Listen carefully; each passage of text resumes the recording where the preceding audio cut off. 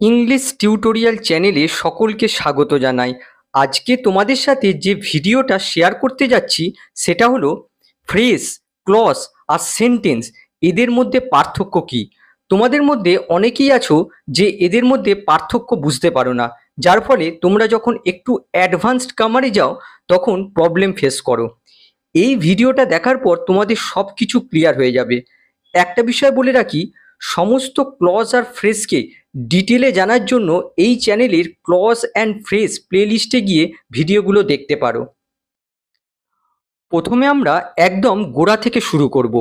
এখানে তোমরা তিনটে লেটার দেখতে পাচ্ছ, এন, পি আর ই। আমরা জানি যে একাধিক লেটার যুক্ত হয়ে একটা ওয়ার্ড তৈরি করে। আমরা যদি এই তিনটে লেটারকে যুক্ত করি তাহলে দাঁড়াচ্ছে এন পি ই, যার কোনো অর্থ দাঁড়াচ্ছে না, কোনো মিনিংফুল কিছু পাচ্ছি না। তার মানে এখানে কোনো ওয়ার্ড তৈরি হয়নি। আবার যদি আমরা এই লেটারগুলোকে এভাবে জয়েন করি পিএন, তাহলে কিন্তু অর্থ দাঁড়াচ্ছে, মিনিংফুল কিছু পাচ্ছি, তার মানে এখানে ওয়ার্ড তৈরি হয়েছে। আবার এই ওয়ার্ডের সাথে আরও কিছু যুক্ত করতে পারি, যেমন দেখো আ রেড পেন, এখানে দেখো আ রেড, এই অংশটুকু যোগ করা হলো, যার ফলে এটা দেখো একটা ফ্রেজ তৈরি হয়েছে। আবার দেখো এই ফ্রেজের সাথে আমরা কোনো সাবজেক্ট আর ভার্বকে যুক্ত করতে পারি। তাহলে দেখো I bought a red pen, এখানে দেখো এই ফ্রেজটার সাথে সাবজেক্ট আর ভার্বকে যুক্ত করা হলো, যার ফলে দেখো এটা একটা ক্লজে পরিণত হয়েছে। আবার দেখো ক্লজের সাথে সাথে এটাকে আমরা একটা সেন্টেন্সও বলতে পারি। তাহলে দেখো কতগুলো লেটার নিয়ে একটা ওয়ার্ড তৈরি হলো, আবার ওয়ার্ড থেকে ফ্রেজ তৈরি হলো, আবার ফ্রেজ থেকে দেখো ক্লজ তৈরি হলো। আবার দেখো এই ক্লজটার সাথে আরও একটা ক্লজকে আমরা যুক্ত করতে পারি, যেমন দেখো I bought a red pen but my friend bought a blue pen. দেখো এই ক্লজটার সাথে আরও একটা ক্লজকে যুক্ত করা হলো, আর এই দুটো ক্লজকে দেখো যুক্ত করেছে এই বাট কনজাংশন। দেখো এই পুরো অংশটা হচ্ছে একটা সেন্টেন্স। দেখো এই সেন্টেন্সটার শেষে দেখো ফুল স্টপ রয়েছে, এই পুরো অংশটা হচ্ছে একটা সেন্টেন্স। আর এই সেন্টেন্সটার মধ্যে দেখো দুটো ক্লজ রয়েছে, প্রথমটা হচ্ছে এই ক্লজটা আর দ্বিতীয়টা হচ্ছে এই ক্লজটা। আবার দেখো এই সেন্টেন্সটার মধ্যে একটা ক্লজই রয়েছে, আর এই সেন্টেন্সটার মধ্যে দেখো দুটো ক্লজ রয়েছে।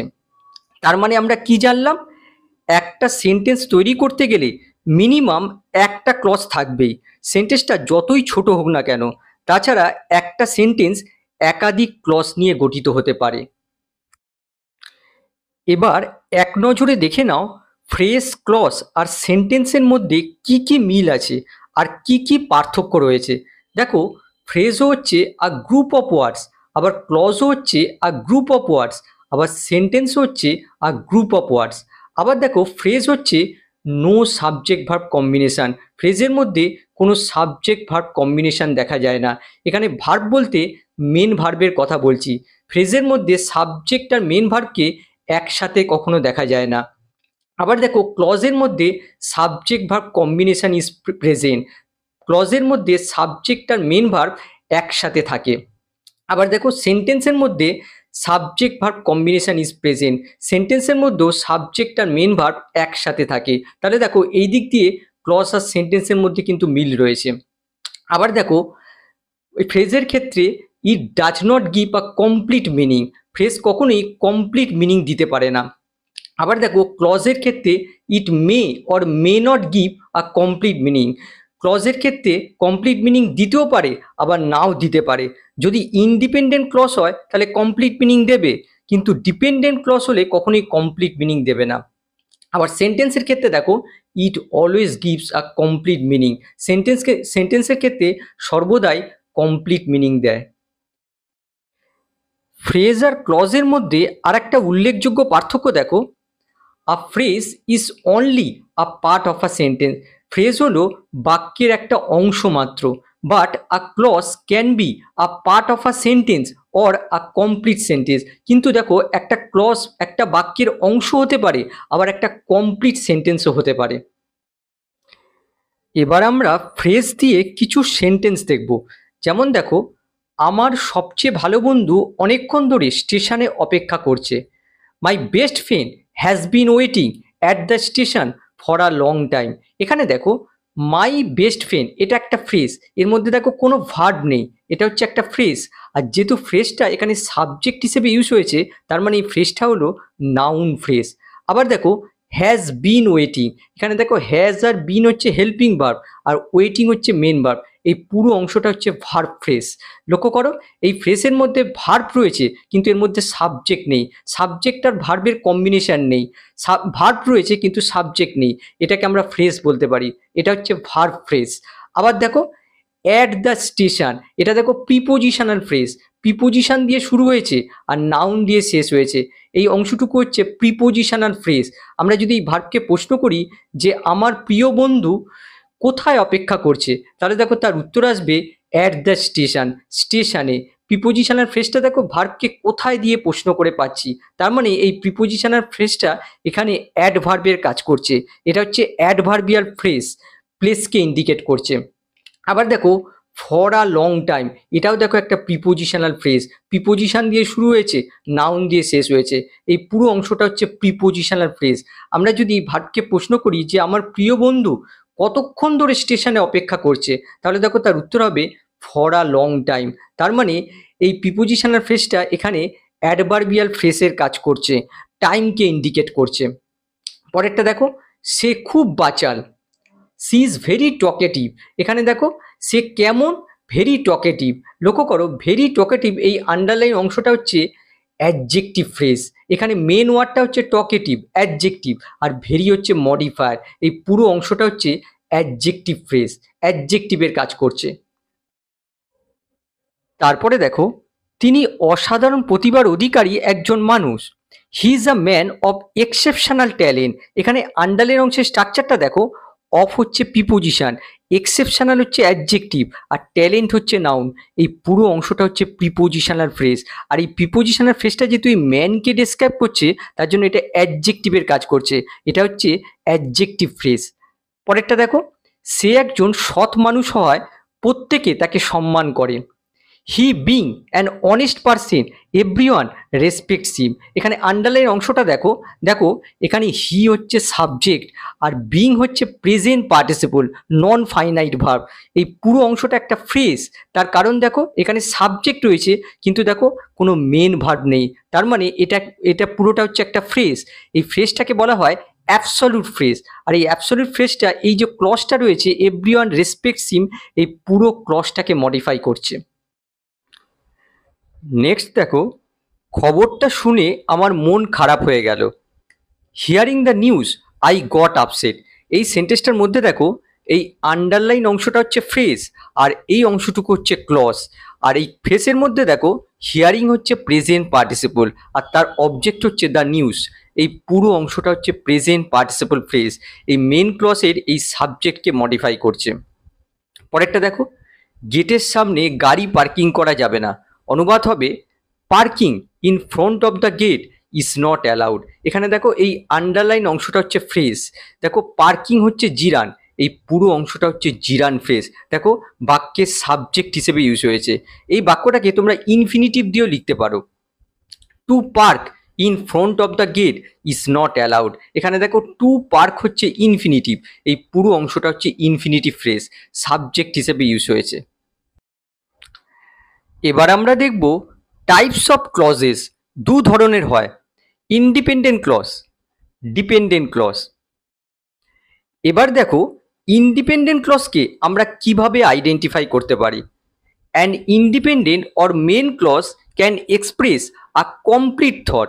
ইন্ডিপেন্ডেন্ট ক্লজ যার আরেক নাম হচ্ছে মেন ক্লজ, সম্পূর্ণ ধারণা প্রকাশ করতে পারে। এর মানেটা কি? মানেটা হচ্ছে ইন্ডিপেন্ডেন্ট ক্লজটা পড়লে তার অর্থ সম্পর্কে আমরা সম্পূর্ণ ধারণা পেতে পারি। তারপরে দেখো it alone can make a sentence. Independent clause নিজে একটা বাক্য তৈরি করতে পারে। Or can be a part of the sentence, আবার বাক্যের একটা অংশরূপেও বসতে পারে। বিষয়টা ক্লিয়ার করার জন্য এক্সাম্পল দেখো, আমরা গত বছর চিড়িয়াখানায় গিয়েছিলাম, we visited the zoo last year. এটা দেখো একটা ক্লজ যার সাবজেক্ট রয়েছে, ভার্ব রয়েছে, ইন্ডিপেন্ডেন্ট ক্লজ। দেখো এখানে সেন্টেন্স রূপে এসছে, এর সাথে দেখো কোনো ক্লজ নেই। আবার দেখো আমরা গত বছর চিড়িয়াখানায় গিয়েছিলাম যখন এই গাড়িটা সবেমাত্র কিনেছিলাম, we visited the zoo last year when we had just bought this car. এখানে দেখো এই আন্ডারলাইন অংশটা হচ্ছে ইন্ডিপেন্ডেন্ট ক্লজ, আর এই বাকি অংশটা হচ্ছে ডিপেন্ডেন্ট ক্লজ। আর এখানে দেখো ইন্ডিপেন্ডেন্ট ক্লজটা একটা সেন্টেন্সের অংশ রূপে এসছে, এখানে দেখো স্বাধীনভাবে বসেছে, একটা সেন্টেন্স রূপে এসছে, আর এখানে দেখো সেন্টেন্সের অংশ রূপে এখানে ইন্ডিপেন্ডেন্ট ক্লজটা বসেছে। তার মানে আমরা কি শিখলাম? ইন্ডিপেন্ডেন্ট ক্লজ যেমন নিজে একটা সেন্টেন্স হতে পারে, তেমনি সেন্টেন্সের পার্ট হিসেবে ইউজ হতে পারে। এবার দেখো ডিপেন্ডেন্ট ক্লজকে আমরা কিভাবে আইডেন্টিফাই করব। আর dependent or subordinate clause can not express a complete thought.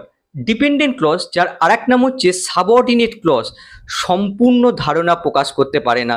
মানেটা হচ্ছে ডিপেন্ডেন্ট ক্লজটা পড়ে তার অর্থ সম্পর্কে আমরা সম্পূর্ণ ধারণা পাই না। তারপর দেখো it usually begins with a subordinating conjunction or a relative pronoun or a relative adverb. Dependent clause সাধারণত শুরু হয় সাবঅর্ডিনেটিং কনজাংশন দিয়ে, অথবা রিলেটিভ প্রোনাউন দিয়ে, অথবা রিলেটিভ অ্যাডভার্ব দিয়ে। তাহলে সাবঅর্ডিনেটিং কনজাংশন কোনগুলো? টাইমের জন্য যেসব সাবঅর্ডিনেটিং কনজাংশন ব্যবহার করা হয় সেগুলো হচ্ছে before, after, when, while, when ever, since, until. প্লেসের জন্য ব্যবহার হয় হোয়েন, হোয়েন এভার। কন্ডিশনের জন্য if, weather, unless, even if, provided that. Purpose বোঝাতে ব্যবহার হয় so that, in order that, that. Contrast বোঝাতে ব্যবহার হয় অলদো, দো, ইভেন দো, হোয়ারঅ্যাজ। আবার দেখো রেজাল্টের জন্য সো দ্যাট বসে। রিজন বোঝাতে ব্যবহার হয় বিকজ, অ্যাজ, সিন্স। আর ম্যানারের জন্য আসে as if, as though. R relative pronoun কোনগুলো? হু, হুইচ, দ্যাট, হুম, হোয়াট। এই হোয়াটটা বসে নমিনাল রিলেটিভ ক্লজ বা নাউন ক্লজের ক্ষেত্রে। আর রিলেটিভ অ্যাডভার্ব কোনগুলো? হোয়েন, হোয়াই, হোয়ার।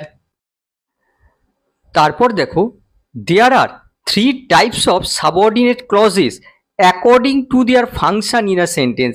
একটা বাক্যে তাদের ফাংশন অনুসারে সাবঅর্ডিনেট ক্লজ 3 ধরনের হয়। কি কি? নাউন ক্লজ বা নমিনাল ক্লজ, রিলেটিভ ক্লজ বা অ্যাডজেক্টিভ ক্লজ, আর অ্যাডভার্বিয়াল ক্লজ। যদি কোনো সাবঅর্ডিনেট ক্লজ নাউনের কাজ করে তাহলে সেটা নাউন ক্লজ হবে।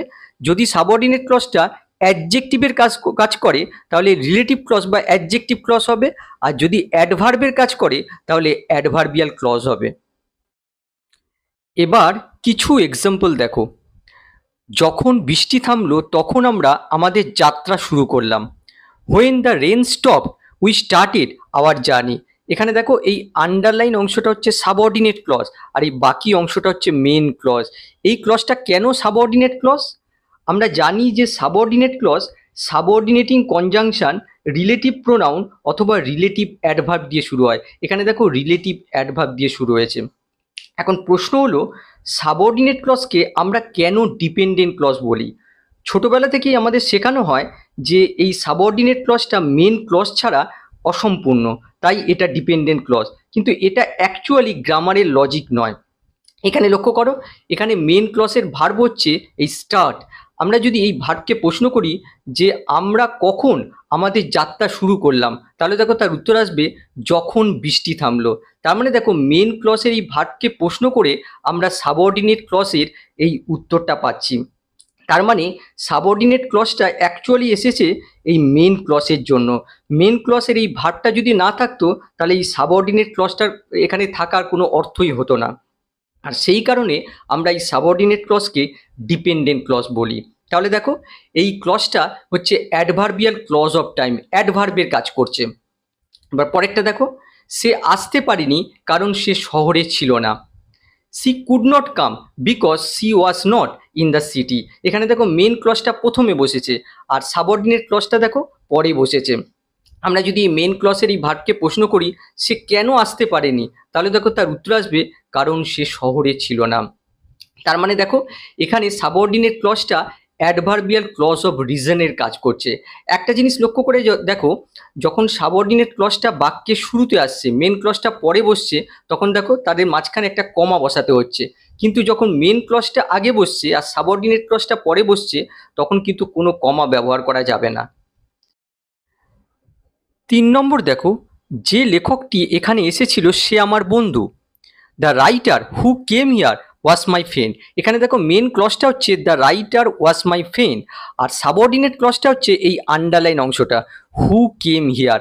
আমরা যদি মেন ক্লজের এই সাবজেক্টকে প্রশ্ন করি যে কোন লেখকটা ছিল আমার বন্ধু, তাহলে দেখো তার উত্তর হবে যে এখানে এসেছিল। তার মানে দেখো এই সাবঅর্ডিনেট ক্লজটা এই রাইটার নাউনটাকে মডিফাই করছে, যার জন্য অ্যাডজেক্টিভের কাজ করছে। এটা হচ্ছে অ্যাডজেক্টিভ ক্লজ বা রিলেটিভ ক্লজ। পরেরটা দেখো, যে বইটি তার জন্মদিন সম্বন্ধে সেটি গতকাল প্রকাশিত হয়েছিল। The book which was about his birthday was published yesterday. এখানে লক্ষ্য করো, the book was published yesterday, এটা হচ্ছে মেন ক্লজ, আর সাবঅর্ডিনেট ক্লজটা হচ্ছে এই আন্ডারলাইন অংশটা। আমরা যদি এই বুক নাউনটাকে প্রশ্ন করি কোন বইটা গতকাল প্রকাশিত হয়েছিল, তাহলে দেখো তার উত্তরটা হবে তার জন্মদিন সম্বন্ধে যে বইটি ছিল সেই বইটাই গতকাল প্রকাশিত হয়েছিল। তার মানে এই সাবঅর্ডিনেট ক্লজটা এই বুক নাউন সম্পর্কে তথ্য দিচ্ছে, আর নাউন সম্পর্কে তথ্য দিতে পারে একমাত্র অ্যাডজেক্টিভ।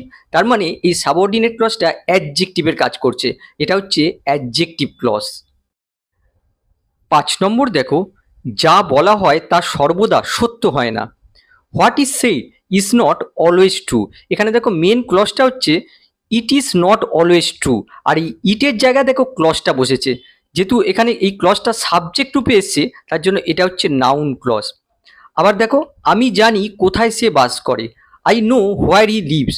আমি জানি, কি জানি, দেখো কি এর উত্তর আসছে এই ক্লজটা নো ভার্বের অবজেক্ট রূপে বসেছে, তার জন্য এটা হচ্ছে নাউন ক্লজ। সবশেষে কোঅর্ডিনেটিং কনজাংশন নিয়ে একটু আলোচনা করব। কোঅর্ডিনেটিং কনজাংশন কি? A coordinating conjunction connects two independent clauses. Coordinating conjunction দুটো ইন্ডিপেন্ডেন্ট ক্লজকে কানেক্ট করে। এই কোঅর্ডিনেটিং কনজাংশনগুলো আমরা ফ্যান ভয়েস দিয়ে মনে রাখতে পারি। এফ এর অর্থ হচ্ছে for, A for and, N for nor, B for but, O for or, Y for yet, আর এস ফর হচ্ছে শো। এবারে এক্সাম্পলগুলো দেখো। সে খুব কঠোর পরিশ্রম করে কিন্তু তার খুব বেশি অভিজ্ঞতা নেই। She works very hard but she does not have a lot of experience. এখানে দেখো সি ওয়ার্কস ভেরি হার্ড, এটা হচ্ছে ইন্ডিপেন্ডেন্ট ক্লজ। আবার দেখো she does not have a lot of experience, এটা হচ্ছে ইন্ডিপেন্ডেন্ট ক্লজ। আর এই দুটো ইন্ডিপেন্ডেন্ট ক্লজকে জয়েন করার কাজটা করেছে এই বাট কোঅর্ডিনেটিং কনজাংশন।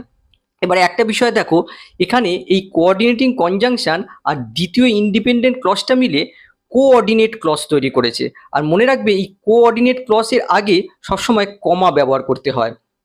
পরেরটা দেখো, আমার উপদেশ শোনো নইলে তুমি পরীক্ষায় ব্যর্থ হবে। Listen to my advice or you will fail the exam. একইভাবে দেখো লিসেন টু মাই অ্যাডভাইস, এটা হচ্ছে একটা ইন্ডিপেন্ডেন্ট ক্লজ, আর you will fail the exam এটা হচ্ছে আরেকটা ইন্ডিপেন্ডেন্ট ক্লজ।